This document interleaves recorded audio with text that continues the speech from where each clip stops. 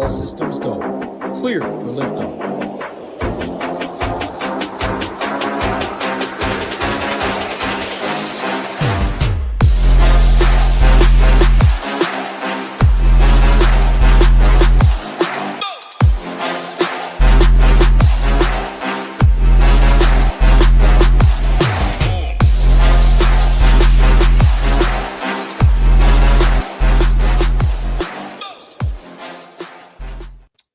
What is going on, SHIPIT Nation YouTube station? Your boy Ham is back, and we're here to talk tonight's DK 6-game slate. Your boy's been on the road for the last 2-3 weeks, so shout out to my guy Hebrew, my guy Title, my guy BJ holding it down for me as I've been traveling. But I'm back, BJ. Early flight this morning. Didn't want to miss it today. Got 6 games to talk about. What's going on? How you been, my man? Yeah, man, I've been good. We missed you out here on these streets, but excited to get going on a Friday night slate, which I don't want to use the word. I don't know what the right word is, but it makes sense. Like, we're not going to have, in my opinion, like, I'm not going to have any. You might have some, but it's not going to be some crazy off the wall slate. I think it's pretty easy to kind of narrow down the thought process. And I always like slates like that because you can get really condensed on what your pool is going to be. And if you have a big night, make some money. Yeah, it's also another one of those slates that, you really have to sit around your computer for about an hour, right, on DK. I think the game started 7 Eastern, go till 8 Eastern is the last tip, and then, hey, it's off to the races from there. Hopefully we see some of those SHIPIT Nation logos at the top, 2 separate $100K up tops in the main slate. So hopefully someone takes that $8 down or that $5.55, whatever they decide to play. Before we get into it, make sure you're hitting that like. Make sure you're hitting that subscribe button. And if you aren't a member over at the Nation, hey, Hoop and Tambo still running the promotion over there. Code SHIP50 that gets you $50 off your first month with all access. Takes it down to right around, I think, under $50. And that gives you everything, including the Shiptimizer. Head on over there now. Enter that promo code. I'm showing our screen over here. We're going to get into the stone here in a minute. But any major news that you want to talk about? We're going to get into the injuries later, but any overarching themes for tonight, BJ, you want to discuss before we get into it? No, I think as a whole, and it might just me be that I've watched the Wizards in back-to-back nights, but I think we're at the stage of NBA where, like, I'm okay predicting some blowouts in these spots because after watching Wizards back-to-back nights, you're just going, man, there's some bad teams. So, for instance, the Hornets tonight with obviously no LaMelo and no Miller, and it's just Bridges over there versus the Clippers. Leaves a sour taste in some of our mouths. So that's where I'll leave it. This is kind of the point of the season where we can look at some of these teams and not be surprised that they won't have a chance in a lot of these games. Just 2 certainties in the NBA this season. One of those is that the Wizards are going to get blown out. The second one is that your boy from France / USA / wherever, Joel Embiid, is not going to be playing. And that rings true again tonight. That guy, goodness gracious alive. Missed almost as many games as he's played, but hey, he's making a lot of money, so good for Joel. Does not want to play basketball, but that's not for me to discuss. Let's get right into it. And hey, we're going to start with those Clippers. We're going to start with Norman Powell. Come on, NBA coaches, get Norman Powell to the All-Star game, especially over Harden, but Harden's having a decent year as well. But you said it, no LaMelo, no Brandon Miller, a litany of injuries, obviously, with their 2 best, 2 of their better players on the shelf. My boy Grant Williams on the shelf for the season with that ACL. No Mark Williams as well. But talk to me a little bit about this game. There is some blowout risk potentially, but Clippers at Charlotte. Yeah, no, and before we dive into, I missed it earlier to start the show, but obviously, whoever's not, the 2 guys that aren't here are Hebrew. Shout out to Hebrew, always has a chance. And any given night, you can look up and see his name atop the leaderboard, specifically in the featured event. But tonight's an $8, and I made the joke with Title on Monday post-show. I said, man, dude, you're going to give it another run. I mean, I feel like in every $5 or $8 this season, Title's had a huge run. Obviously, shipping 1, chopping up top. A couple of thirds. I think it was another second. But shout out to him. He's been real close in these 150 with the lower dollars. So shout out to him. But diving into the first game here, you mentioned the injuries. This is going to be the only game that isn't inside that 230 bracket as far as totals goes. Like, we have a 229, but then the other 4 games after it are all going to be in the 230s. This is 208.5, or at least it might have changed a point or two, but this is going to be an ugly game. So couple things to note before we dive in. Hornets have been sneaky good in defensively over the last month or so. Top 5 defense. And then on the other side, Clippers are like second in rim defense, aren't giving up any putbacks. Top 10 transition defense, but they are giving up some catch and shoots. But this isn't a game I want to target, so we're going to kind of keep it short as I can. Kawhi, has been back and hasn't seen more than 30 minutes. His price is obviously down. I don't think this is a spot that we want to attack it. Same goes for Norm and Harden. I mean, both those guys are priced accordingly, but this 13-point spread is just making it not fun to target because, to allude to what I said earlier, I think, with no LaMelo, there's no offense from the Hornets. We aren't going to see tons of scoring. And if you don't score, you can't stay in games. So hypothetically, like in a vacuum, like this could be a game that Harden plays well or Norman plays well. But at the prices and what I'm predicting as a blowout, not going to be on my radar today. I don't really want to get cute with any of the guys off of the bench for the Clippers either, like kind of predicting the blowout, because just the total. Like if this was like a bigger total, I would be more inclined to do it. But in such a low total and what could be, a sneaky, efficient defensive games where the Hornets just can't score, don't really want to go there. And then to keep it short for the Hornets side, I mean, obviously have to touch on Bridges at 8.5.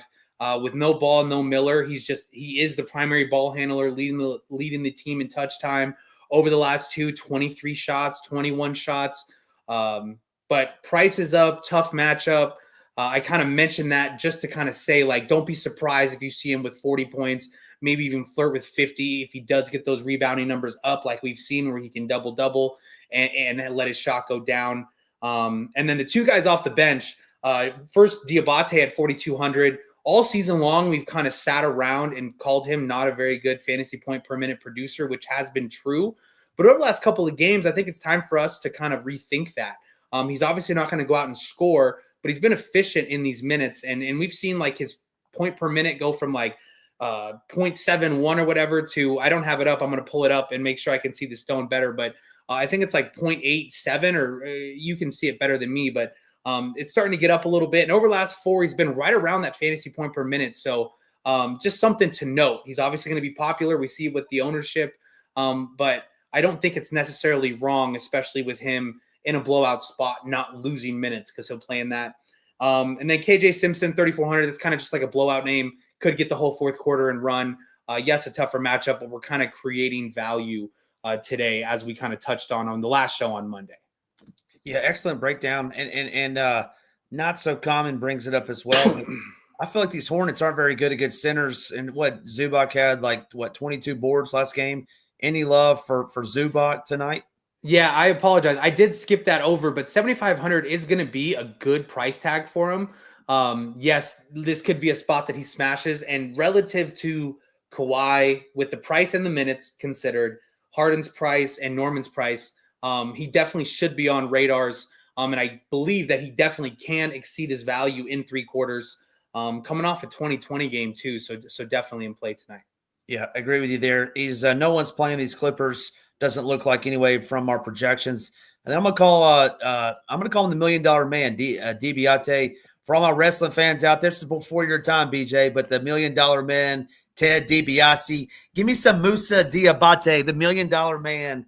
Musa Diabate. I like him tonight. That, you know what? Majority of the time that you mention that stuff, like I kind of have an idea. That one's way over my head, so I don't know that at all. Oh man, that was the late '80s, early '90s. I got some old men in there with me that know the $1 million man. Let's go now. Moving on to the next game, we got the Mavs, another All-Star stub, and my boy Kyrie. No All-Star for him. No All-Star for PJ Washington, not that he should have been, but no Mavs are all-stars this year. Only team with 25-plus wins, but this should be a good game. Still no Luka, obviously. No Lively. No Jaden Ivey. Hebrews boy, beef stew. No beef stew tonight. Can't have you any beef stew tonight. Too busy shooting fake guns at the Pacers. But talk to me a little bit about this game. Should be a good one. Mavericks in Detroit.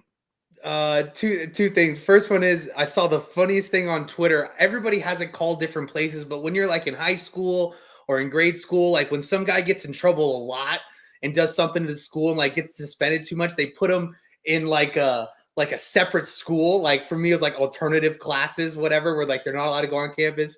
And I saw the funniest tweet that said like Beef Stew was definitely a part of those accelerated classes where he just got kicked out of high school. But yeah, and then number 2 from Durday or whatever his name is, Gafford or Zubac. We're going to get to Gafford in a couple of, I guess we're here now, but I'm going to lean Zubac and I'll get to Gafford in a second. But as far as I break down this game, 229 total. Obviously, you mentioned the injuries. The Mavs been playing really well, and the Pistons not so much. So we'll start with the Mavs side. Interesting spot for Kyrie tonight. Like his price tag's under 9K. It's a 1.5 point spread. Like this just kind of feels like at least a really good floor spot for Kyrie. And with the, obviously we have Joker in the next game, but not having a ton of value tonight might get you off those builds. Like if you do want to fade Joker in the next game, kind of that mid-tier build, and he would fall into that mid-tier build for me. It's a good spot, close spread, like I said. I mean, Pistons necessarily aren't great against primary ball handlers, but there is like the note of maybe getting Thompson to elude what Rio mentioned in the slate plan. We could see some Thompson defense if that is the case. I'm kind of off a little bit more, but Kyrie under 9K in a close game, about 10% ownership. I don't mind at all. And then to kind of get to the Gafford and then throw in Washington, I'm going to go Washington over Gafford tonight, which does include the question that we just saw with Zubac over Gafford. PJ's has been kind of cooking sneaky, like 7-3, great tag. Rebounding's been up with Gafford starting to know lively. He's gotten a few extra rebounding opportunities. I really like that. It got up to 8 assists last game, and this is just going to fall into the bucket of Pistons not playing great defense and not playing as great as a whole. And an interesting 7-3 tag for a guy that could double-double, especially if his shot is falling. So really like him. And then to get to the Gafford stuff, I mean, this isn't necessarily like a cake matchup against Durant on the other side. And I think I hope we're seeing the absolute cap of Gafford over his last 3, 48, 42, and 50 DraftKings points, 7-4. He's been really popular over the last week or so. I think that ownership might be a little light at 13%. And that's kind of the take that I'm having here is not the best matchup. I think we've really seen his ceiling. The price tag is up, obviously getting a ton of minutes. But the key to kind of look at is I'll dive deeper into it and then kind of throw it in the Discord later, but he's not getting a ton of points or even just roll opportunities in these pick and rolls as of late.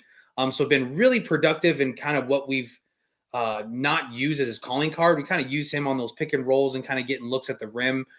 So I would anticipate kind of a drop off here, and especially if he's going to be owned, which I think is going to be a little bit closer to 20% than 10%, kind of off the train there. And then the last guy to kind of mention on the Mav side would be Klay Thompson. The Pistons are, kind of a 3-point funnel. 5,300 is really interesting if you can get the shot to fall, but has only played 30 minutes in 2 of his last 12. So kind of a mention because if he does get hot, he certainly can get there. But on a 6-game slate, it would be more reserved for making a ton of lineups and getting him at sub 10% or sub 5% ownership. And then to jump over to the Pistons side, really just 2 guys for me. Cade, 10-1. He's just been playing great basketball all season long. His assists have been up. My question is, and Rio did allude to it again in the slate plan. I really like when, kind of do our notes and then I read his slate plan and kind of see that we're kind of aligned. I think it's a great spot, especially under 10% ownership. But my question would be like, how many teams are going to look at the Pistons as a whole and not just trap Cade real hard in some of these matchups? That obviously is going to lead to good assist numbers for him, especially if the shot can fall for everybody else on the floor. But I think his scoring could see a little bit of a floor, if you will, by seeing some of these, these traps. And then the other guy I want to chat about is Durant at 62. Tons of double doubles. I believe it's 6 of his last 7. He's double doubled. 6,200. Obviously, Beef Stew is out for suspension and could see a few extra minutes. But that's really where I'm going to leave it with the Pistons side. Either I'm going to get to either Cade or Durant, and then obviously combos of both if you're game stacking. But that's pretty much it. And I like some of the options on the Mavs side a little bit more. Yeah, these Pistons, I mean, you can see it from the stone there. You got 4 dudes, 16+% with Cade. At half of that, I wouldn't mind Cade. I think obviously Cade's going to be contrarian tonight. I was going to ask you, with no Stewart, you're looking at 15 to 20 minutes to go around. Does, Paul Reed get all those 20, or are they going to go to Fontecchio? They're going to go to Duran. I don't know if you have a read on that tonight or if you've seen anything. I I would assume Paul Reed. I haven't really dove into it, but I mean, we're talking about a 3K guy that if he does get those extra, 12 to 16 minutes or so, just looking at his fantasy point per minute rate, I mean, obviously could be in play as the field is agreeing, it looks like with 13%. So I would say him if he does get the minutes, but it could be just be a few extra minutes for Duran, then he could just kind of stay at his 8 to 10 minute range, which even if he does produce well, just isn't enough minutes to make an effect on your lineups and help you win a GPP. Yeah, I know we're past the Hornets game. We spent way too much, but I see a lot of Micic talk in there. Our guy Wardo says never. Never. I couldn't agree more, man. I couldn't agree more. How many more times is that guy going to burn the industry? I'm just off him until he proves us wrong, personally. Yeah. And then I saw a note about I think it said Marshall. I think it was Najee Marshall. You didn't mention Najee. Any I don't think you did anyway. Any love for Najee? No, I mean, the minutes are really tough to predict. I don't think it's going to be enough and just kind of been completely off the radar for me. 4,600 is going to be a tough tag. So if you just do like statistically, not so much like I'm watching the games and I know ball, if you will, but if you just take his numbers, if he gets 20 minutes at just under a fantasy point per minute, I don't think he's producing enough to be able to, exceed his 4.6 tag. And then additionally, too, I mean, when he comes in the game, I wouldn't be surprised to see him get a little Cade defensively, having to guard Cade, which is going to be a tough spot for him and kind of focus more on the defensive end than the offensive end. Gosh, when everybody wants to talk about a revenge game, we got the Tim Hardaway Jr. revenge game, 17%.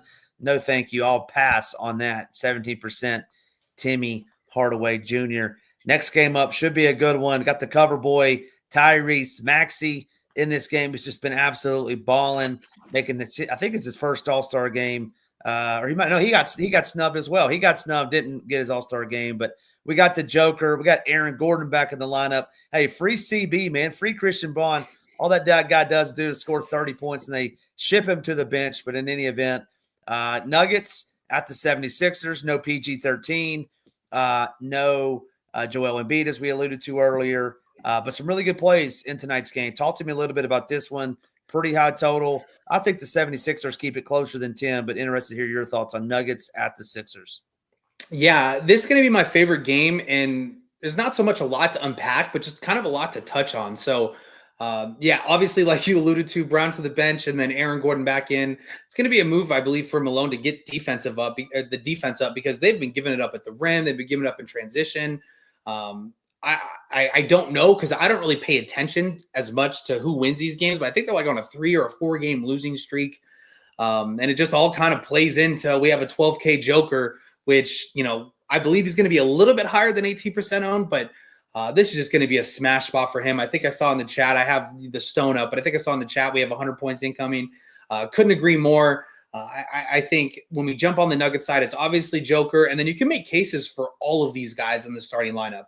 We'll start with Jamal Murray, who is just getting a ton of minutes. 75 is a great tag. He's probably going to get either Kelly Oubre or Maxey, which aren't going to be great defensively as far as an efficiency rating goes. So really like him at 7.5 as a secondary play behind Joker. And then same goes for Russell Westbrook and Michael Porter. So we'll start at Michael Porter. Obviously tough. The Sixers aren't giving up a ton of catch and shoots, but he's 5'6" for one. Who's going to guard him on the other side? Are we going to see Edwards or Eric Gordon or Counsell off the bench? I think in any matchup that he has, he's going to win the size comparison, if you will. So I like him as a sneaky option, being the lowest owned player in the starting lineup. Obviously tough that they aren't giving up catch and shoots, but I think he's a great shooter. And if he has increased rebounding numbers and an ability to get to the rim, 56 just might be a little too cheap for for Michael Porter with given the upside. And then to jump over to Russell Westbrook, I mean, he's 6'5", he's playing a ton of minutes. He'll get whoever isn't guarding, Murray on the other side. So Maxey or Kelly Oubre, maybe Eric Gordon. And I think that's going to be a plus matchup. And then Aaron Gordon at 4,400, he could become, as the field is seeing, at 28%, creating value and in a really good spot. And what, is a 121-point team total. And then when Joker, gets to passing the ball, he could be open for some looks. So I really like him. Nobody off the bench for me. And then jumping over to the Sixers side, like you allude to, it's tough to fade the cover boy, especially in this matchup. If you just look, I mean, I don't have an average, but if you just look at his last couple of games with everybody off the floor for the Sixers, 48, 55, 57, 52, 51, 59 DraftKings points. The Nuggets are bad in transition. Obviously helps his cost. I'm going to give him a boost there. So he'll be my favorite play from the Sixers, but not far behind him is going to be Kelly Oubre at 6,300. He's been playing great, getting tons of minutes. He's really good in transition, and he's been, ball handling a little bit in some of these, games with everybody off the floor. So I really like him at 63, and that does give upside. And then the last guy I'll touch on here for the Sixers is going to be Yabu at 6K. Really ugly. 6K is a tough tag, but I just don't really see him coming off the floor aside from foul trouble, having to guard Joker on the other side. We alluded to this, over the last couple of weeks, but especially when the Nuggets get going bad, Joker focuses so much on the offensive end that we could find a handful of possessions where he just gives, free looks to whoever he's guarding. And I believe that could definitely help him. And we're looking at 6K, so you're going to need, high 30s, low 40s, which he does have the upside for. But as we're seeing, not much ownership. I kind of like him as a sneaky kind of game stack piece, obviously after Maxey and Kelly Oubre. Yeah, no, I'm with you on Yabu. I like Yabu, like Oubre, like Maxey. Who was it? Someone was in the chat, but yeah, I mean, Aaron Gordon a lot. Man, that's just tough for me, even at 4,400. But hey, we shall see. I'm not going locked there, but yeah, obviously Jokic, great play tonight. Next up on the slate is going to be the Bulls at the Raptors. I saw where Quickly was questionable. Grady Dick was questionable. Maybe you've got some news on those guys. Looks like Levine is out, I believe, if I'm looking at the NBA injury report. I think he's out today in the next game. There's 3 games. Rio said on the show the other day that he's having the birth of his child. So okay, yeah, he's out, and I think he's missing one more. Okay, congrats to him on that. Yeah, no other injuries that I can see here. But yeah, talk to me about this game. Not a very good real life game, but we don't really care about that. We care about daily fantasy points, and it should be an up and down contest in this one. So pretty high total in the 230s. Raptors -4 at home versus the Bulls. Excuse me. Yeah, this game is really interesting, and it's all going to kind of hinge on the Quickly stuff.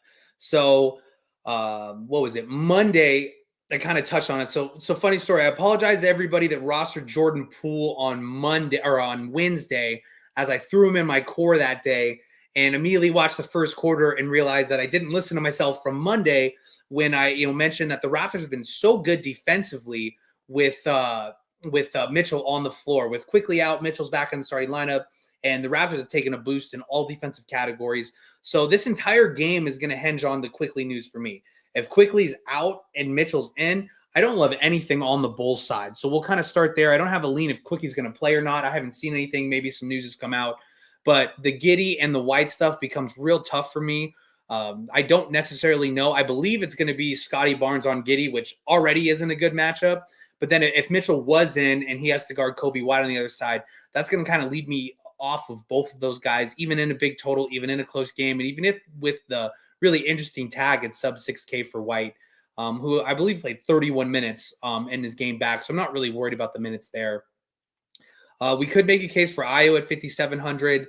The one thing the Raptors are doing are giving up points in transition, and he does, produce really well in those situations. So just like a small note on him.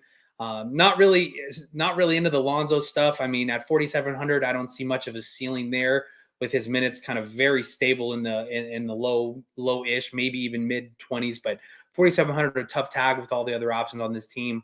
And then Vooch coming down to 8K. Really interesting, I mean, we want to, attack, the whole season we want to attack Pirtle on the other side. But Rob's been playing well defensively. 8K is interesting. If you're looking for a Bulls piece, he would be my favorite, but it's pretty tough at 8K. And then jumping over to the Raptors side, if Quickly's in, it obviously takes away Grady Dick for me and RJ Barrett. If he's out, I'm going to boost both those guys. RJ Barrett a ton more than Dick, obviously. Not really loving Grady Dick stuff at 4,300. And then obviously boost Scotty Barnes. I think Scotty Barnes is going to be okay if Quickly's in. 9,400 in a high-paced spot. Could take advantage. We could see, assist numbers come up if the Raptors hit shots, and he could flirt with a triple-double in a game like this. So I do like him. But my favorite play here is Jakob Poeltl at 6,600. We get Vooch defense. We get him playing really, really strong over the last couple of games. If you just look at, his recent game logs in his last 4, he has kind of a down game at 34 and 31, but shown upside of 53 on DraftKings. Aren't really adjusting his price. And I will say that even if the field is at this 20, maybe even 25% mark, I'm still going to be okay at 6,600. And that's kind of where I stand. If Grady Dick was out, the Bruce Brown stuff at 4,600, even though he did not start last time out, I believe those guys are going to be really similar plays. So both considered out for me. Obviously, no Quickly if he is in the game, but this game is going to definitely hinge if Quickly's in, if Mitchell goes back to the bench. And to kind of round it out, if Mitchell is in, not really getting into much Bull stuff. If he does go back to the bench and Quickly is in, I would be inclined to play some of these Bulls, but not really the guard. It's going to be more of a Vooch thing for me. Yeah, excellent breakdown there. I agree with everything that you said in that contest. Moving on to the next one, another one that's 232.5 point total. We have, I see Parabay in the chat. Parabay's lead pipe lock. My boy, Kristaps Porzingis going up against this Pelicans team with a litany of injuries themselves. No Herb Jones tonight. No Jordan Hawkins tonight. No Brandon Ingram, who remains out. DeJounte Murray is in tonight's game. I see all the big boys are in for the Celtics tonight. The one probable was Al Horford, but it looks like he's going to play. And then Sam Hauser would be the other one that I would mention that is listed as questionable. But you got to have interest in some of these Celtics, in my opinion, BJ. Talk to me about this game. Celtics, almost double-digit favorites at New Orleans. Yeah, I think this is a min one Celtics type night. This is just a great spot for the Celtics, as we know. The spread has gone up a point from 10.5 to 11.5. Obviously, a really juicy total with 234. The Pelicans just give it up in every category defensively. So we're going to want a Celtic here. I think I'm going to label them as like my primary plays, which is going to be Jaylen Brown, Jason Tatum, Porzingis. I'm not surprised at anybody with any of those guys. I could make a case if you're making 10 lineups, I'm going to want even just one of those guys, let alone the entire starting 5. And then White and Drew Holiday are going to be kind of my secondary plays, which I'm looking for after 5 or 10 lineups, in my opinion. But we'll start here with Kristaps. Just like I said, Pelicans are absolutely getting smashed on the rim. He's getting, his minutes, but I believe, well, first, 7K is an awesome tag, especially if we get the ownership at sub 10%. I'm all over this. I don't care about eating up the center spot. I'll try and get builds with him and Joker because, we could create some value here tonight, but I'm definitely okay with those pairings. 7K too cheap for a guy that, can obviously smash that tag. The concern would be is that in every blowout that the Celtics have, he's obviously not getting the minutes. So you really need to take into consideration if this game does blow out, are you okay accepting that Porzingis can get his 25, 26 minutes tonight? If the game somehow stays close, absolutely just a printing press. He's going to get 32, 33 minutes. So I really like him. And then I think it's the decision between Jaylen Brown and Jason Tatum. I'm going to lead Brown just because the tag is going to be easier, and I believe it would be easier for him to obviously meet value in a blowout.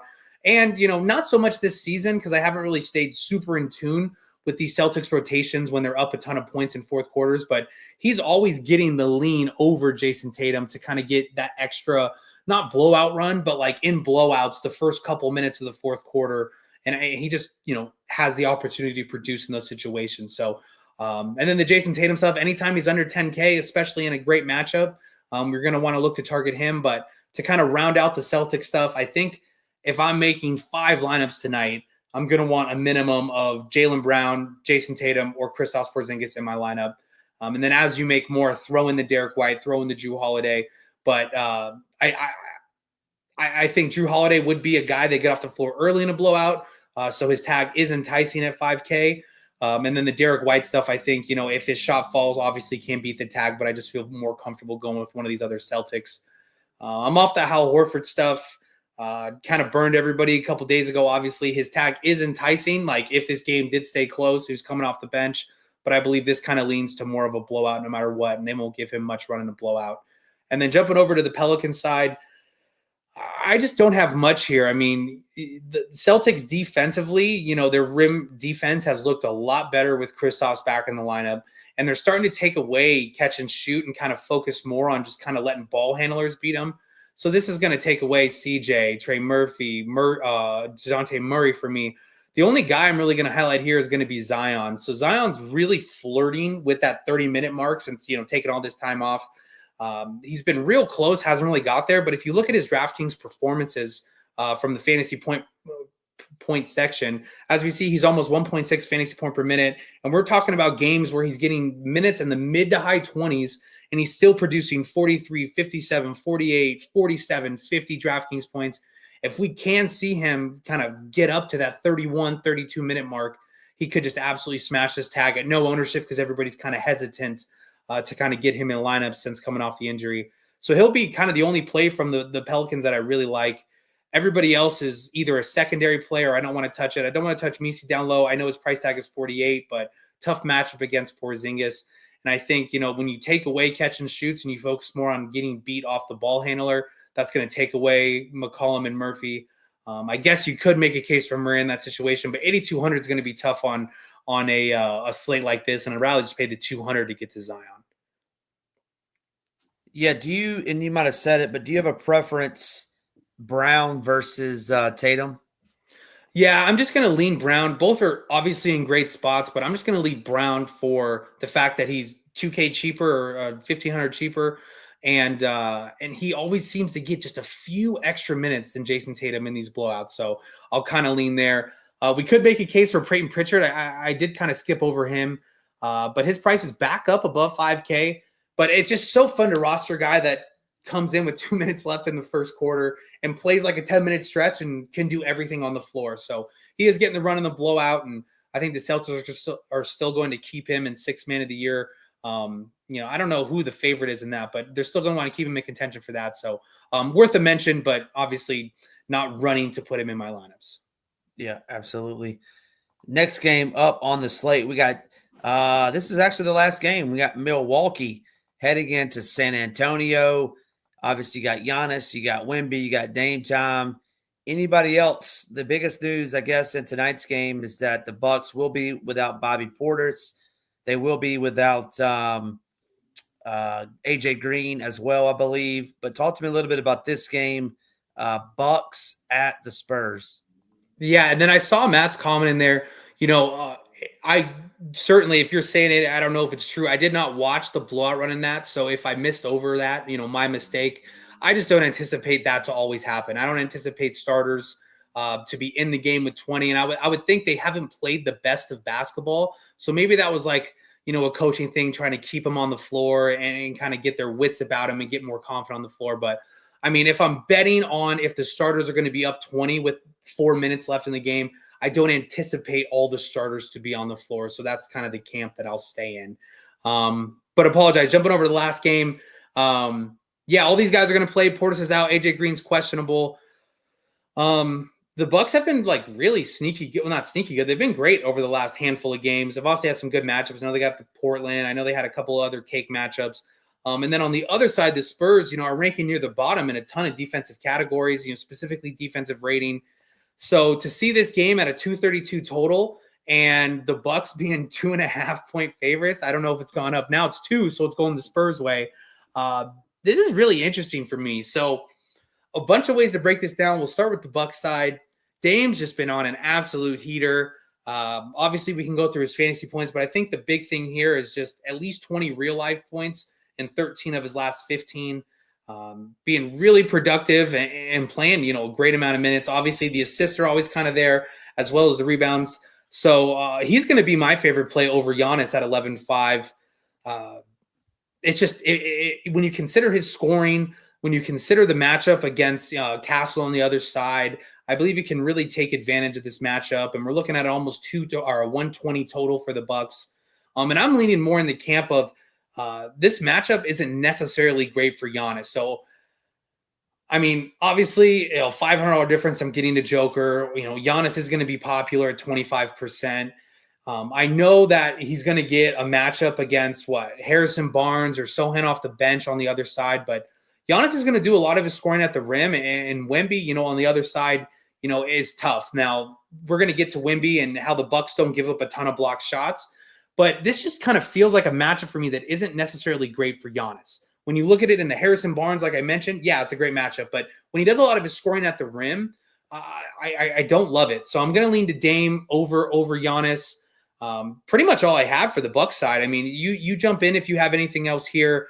You could make a case for Andre Jackson. I'm not going to talk about Taurean Prince. The matchup for Brook Lopez is going to be tough with Wemby.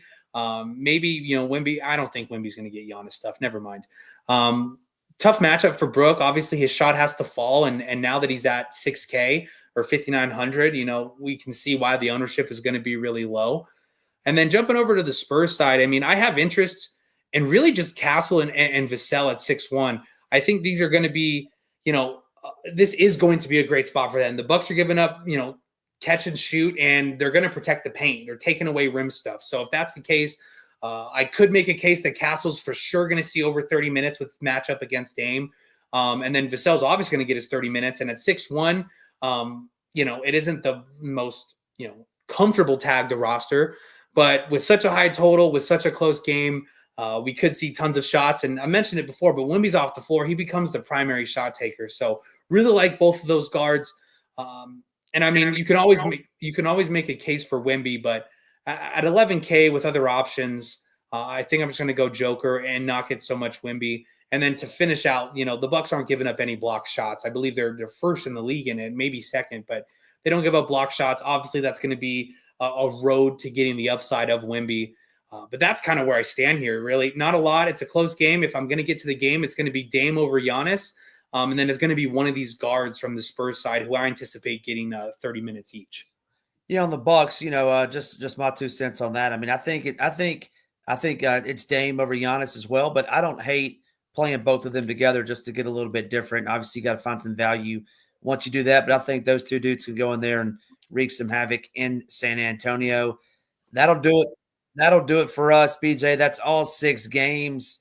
Let's give the people. It's Friday. I'm feeling good. Ham's back in the box. Let's give your favorite play of the day. Then let's give your favorite value play of the day as well.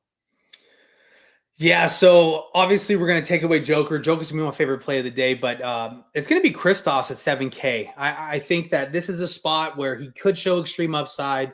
If the rebounding numbers are there, 7K is just too cheap, and I believe he can definitely get 6X's tag and flirt with the 45 DraftKings points, even in 28, 27 minutes. So I'll kind of go there. And then the value stuff. That's a little bit tougher. If you want to consider Castle at 5,200 for the Spurs value, I'll go there. But I think it's going to be the Aaron Gordon stuff at 4,400 with the 121 team total. He's kind of back in the mix. He'll kind of headline as my favorite play at 4,400 when you get down to that value tier. Excellent stuff there. I'm gonna go with Yabu. Love me some Yabu tonight as a little value guy. I don't think he'll be sneaky, but that's one of my favorite plays of the night. Appreciate all 300 of you in here watching. BJ and I will be back on Monday for another show. BJ will be back tomorrow doing some showdown content, doing some other content as well for the main slate. I'll be on Sunday doing the content.